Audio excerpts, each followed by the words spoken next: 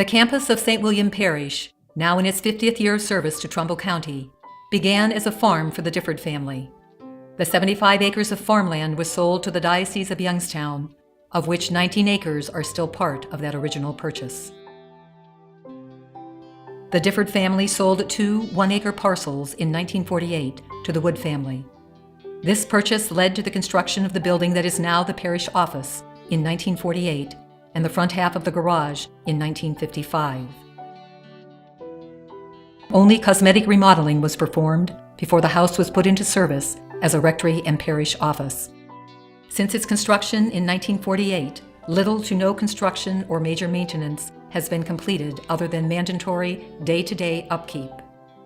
As a result, the structure is now in rapidly deteriorating condition. Let's begin at the rear of the parish office, as if we are arriving at the structure from the church. The church parking lot, paved in 1967 for a cost of $85,500, is slowly beginning to show its age, and with any construction in the immediate future, will need to be repaved to abate its deterioration. If we look at the rear of the parish office, we can begin to see visually the signs of deterioration that are plaguing the infrastructure of the building. The most obvious exterior issue is the condition of the garage. Not only are the shingles falling like leaves, but the connection of the front garage and the back garage are beginning to pull away from each other, leaving open gaps in the roof. This condition is believed to be due to the sinking north wall foundation, which has eroded away from normal weathering, but also the extreme wet conditions of the land surrounding the parish office and garage. Another issue raised by the extreme wet conditions can be evidenced in the swayback of the parish office ridgeline. Here, the parish office northwest corner has slowly been sinking. This sink has begun to pull the building out of shape. It is possible to witness the foundation settle in the rear northwest corner by examining the building's siding. The straight edge lines of the siding demonstrate a 2 to 4 inch drop in that corner of the building. On the adjacent corner of the building in the southeast corner, the foundation around the chimney has reached a desperate condition. The chimney has been slowly sliding off the building for many years, but has now reached a position where the only support it receives are from 2 bolts attaching it to the south wall studs. The slow slide is evidenced through the 2 to 3 inch gaps along the exterior of the house and on the interior of the house where the fireplace in the living room has moved south. Before we move to the front of the building, it is important to note several important issues impacting the day-to-day operations of the parish office. The first is the rear kitchen porch that is slowly sliding off the house. Several parish organizations have, over time, attempted to reattach the sagging steps, but the extreme wet conditions of the grounds prevent a permanent fix to the structure. It is also important to note that this egress is essential, not just for safety reasons, but for fire code compliance. It is also the emergency egress for levels 2, 3, 4, and 5. The back entrance to the office area has been unavailable for several years due to the treacherous conditions of the patio and walkway into the building. Not only is this area not handicapped accessible, but those with full mobility find the uneven surface and the shifting brick difficult to maneuver. The front of the parish office brings us a whole host of concerns. Again, let's start with the garage in the north side of the structure. The sinking foundation has caused issue with the floor, which is dangerously unleveled. This in turn has caused problems with the garage doors, creating openings for unwanted vermin to enter the structure, and the north front garage door to no longer run on its track. The front of the parish office can be described as utilitarian at best and unwelcoming at worst. Wires for cable, telephone, and electric run on the exterior of the structure. Uncapped conduit, unmatched door hinges, and a standard air conditioning unit in a non-standard sized window greet parishioners and guests alike. The lower level door is the primary entrance and exit to the entire building, as the steps leading to the second floor door is barred from foot traffic due to an unsupported floor and rotten sill plates. Upon entering the parish office, parishioners and guests are greeted with a narrow-width hallway. The reception office is the second doorway. Visitors must stand to conduct their business or wedge into the secretary's office to sit on one of 2 utility chairs. This is the largest of the 2 offices in the entrance area. Also included in this area is the entrance to the basement and one of 2 boilers used to heat the structure. It has been determined that removing walls to open the area up is impossible due to support wall location and wiring and plumbing embedded into the solid concrete slab floor. The main support beam for the attached house is slowly sinking with the back northwest corner of the foundation, as evidenced by the cracking and settling in the back hallway. This is the beam that holds up the 2nd, 3rd, 4th, and 5th floors. The main office area includes a public restroom. However, the room is far from restful. The space in this room is the absolute minimum required by code. This means that the toilet and sink are acceptable by law in 1964, but not by today's standards. Less than 36 inches exists around the toilet. Water damage, out-of-code electric, and 1960s decor make this small room seem even smaller.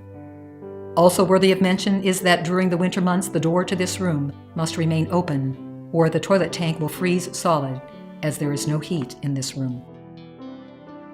The back office of the complex is plagued by water seepage, resulting in much structural damage.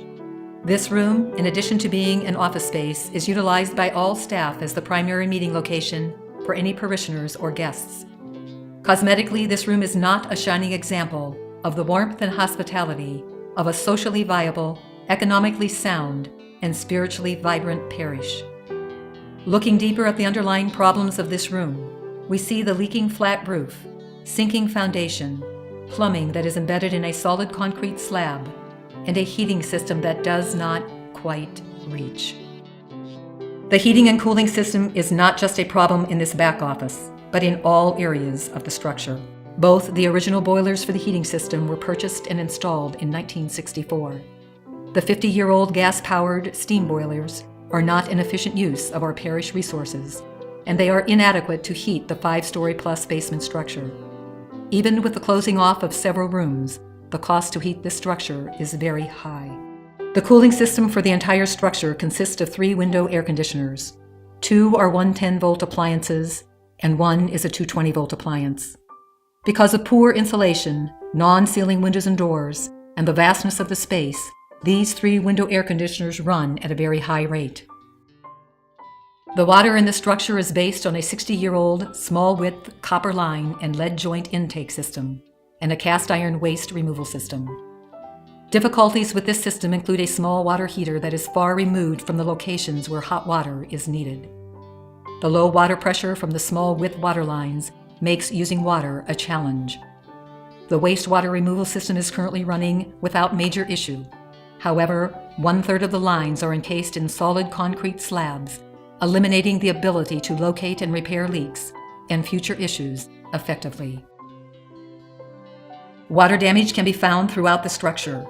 Seams where the flat roof ties into the building, inadequate water drains, both interior and exterior, open ventilation, missing footer drains, and an open, unused well are some of the most noticeable issues around the building. The electrical systems in the entire building are, for the most part, 60 years old. The original system was put in place long before the world became dependent on electronic equipment. This system would be marginal for a normal household. As a busy and vibrant parish office with computerized systems, copy machines, internet services, lighting, and so forth, it is severely overworked. Add to the mix air conditioners, and the system is on the verge of collapse and out of code. Electricity powers the communications systems that the parish office relies on.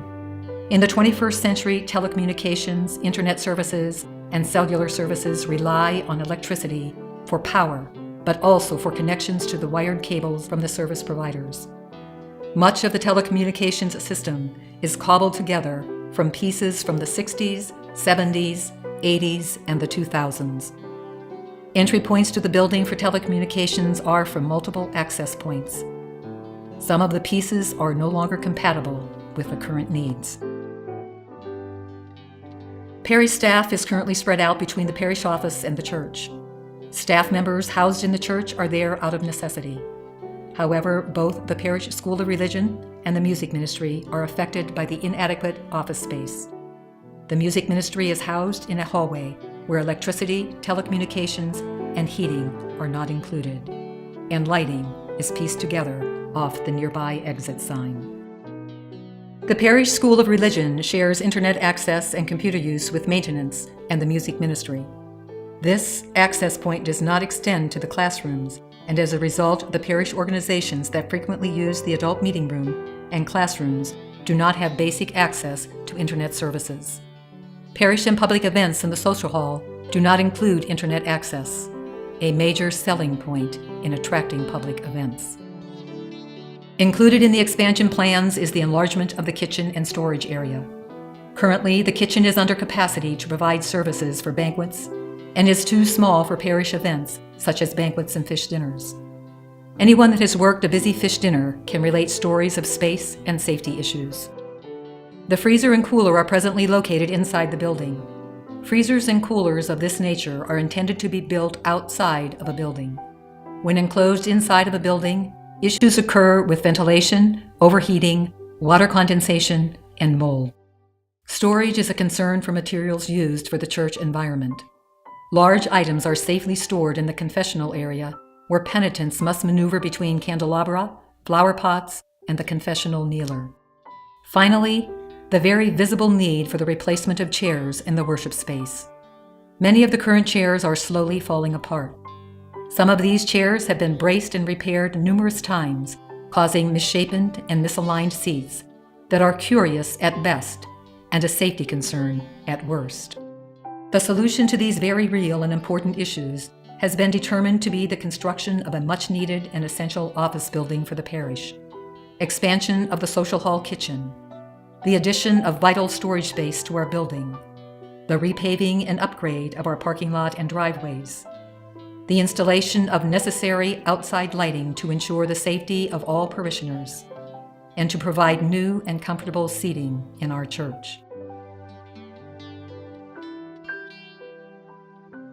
We look forward to sharing the light for tomorrow as we continue to grow as a vibrant, living community of faith.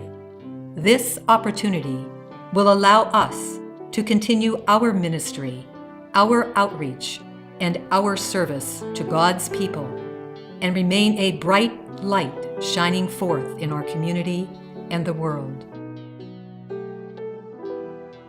Loving God, through the waters of baptism you have called us by name and invited us to share in the ministry of Jesus. In our human weakness, help us to respond in prayer and thanksgiving to your call, to be a light to each other and to the world. Continue to form us in your body, centered in your Eucharist. We ask you to give us the vision to know your mission and to make it visible in our parish of St. William and our sister parish, St. Anthony, and to the world.